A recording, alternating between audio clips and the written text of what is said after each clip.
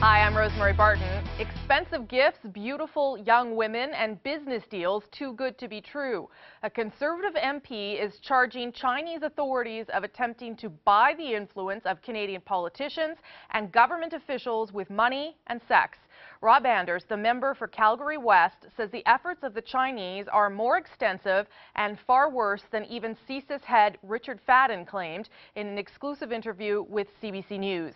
Fadden provoked a firestorm of criticism by saying Canada's spy agency suspects several municipal and provincial politicians that had fallen under the influence of foreign governments. Fadden was forced to back down, but Anders says he believes Fadden barely scratched the surface. Rob Anders joins me now by phone. Mr. Anders, so you've made these allegations about what you have seen. What exactly have you seen? Well, I know that when I've been on trips overseas, I have seen, for example, members of Parliament whose family members have been approached offering sexual favors. I know as well, for example, members of Parliament have stories about being offered business deals that are too good to be true. Now, you say that you know of instances where people approached MPs' families or friends. Do you know of instances where MPs and federal politicians or provincial politicians were approached?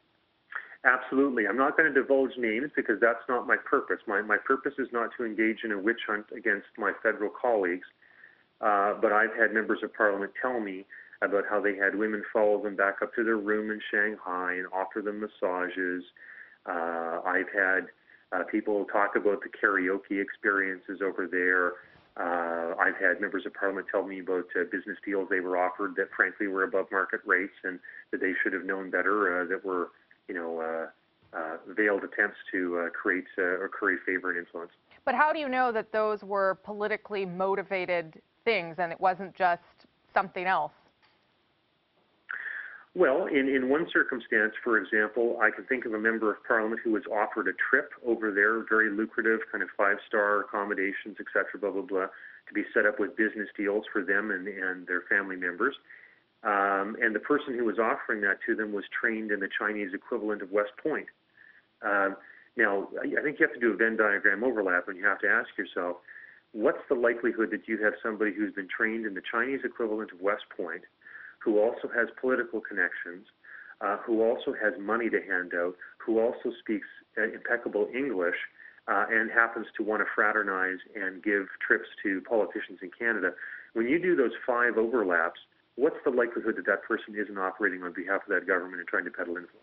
Why won't you say who has been approached? Because you understand that when Mr. Fadden made this same statement, a lot of politicians were concerned that they were being painted with the same brush and that it was essentially a smear on politicians. Wouldn't it be better if you did, in fact, name who you know who has been approached?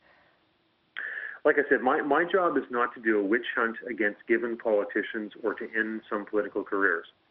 Okay? It's also not partisan. I'm not singling out any given party. I'm doing this because I think it's important to inform and educate people as to the nature of the threat, and that for the sake of national security, it's important that we understand and we deal with these things up front and we speak the truth about them. Because if we don't, then we'll have other politicians who are naive and fall into these traps. Have you talked to the Prime Minister about it? Not specifically. Have you brought it to his office? Not specifically. Why not?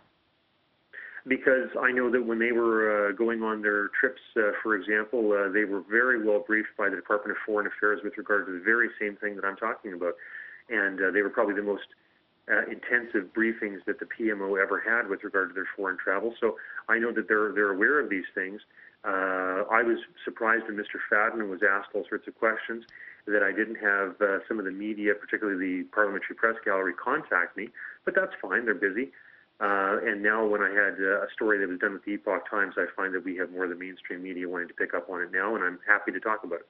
Do you know of any politician that has been compromised by an exchange of information or an offer of a prostitute or a gift and has then been pressured into saying something or doing something?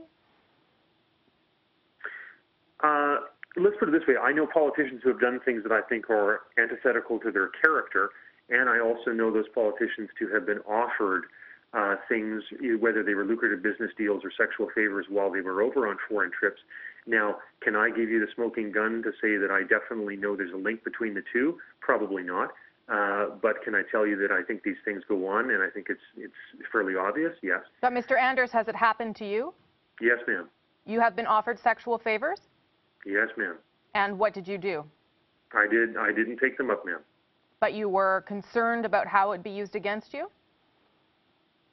No, because I don't believe it's right. But I'm sure that those same offers were extended to other politicians, and statistically, from what I understand, 70% of males usually take those up. And you believe that those offers were in some way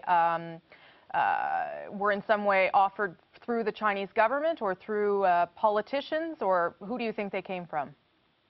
Well, let's put it this way. When you have a 60-year-old member of parliament who's balding, overweight, bespectacled, and he gets hit on by a 20-something-year-old woman who's way out of his league, far more attractive, and is pawing all over him as opposed to all the other more attractive men in the room, and wants to take him to karaoke and dancing and ply him with booze, I think you have to figure there's something up. Okay, but you don't have evidence that this is what happened. You don't have evidence that it was a Chinese government or official or institution behind, for instance, the offer that was made to you.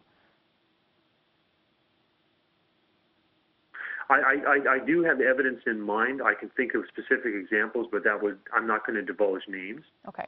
What do you think can be done about this?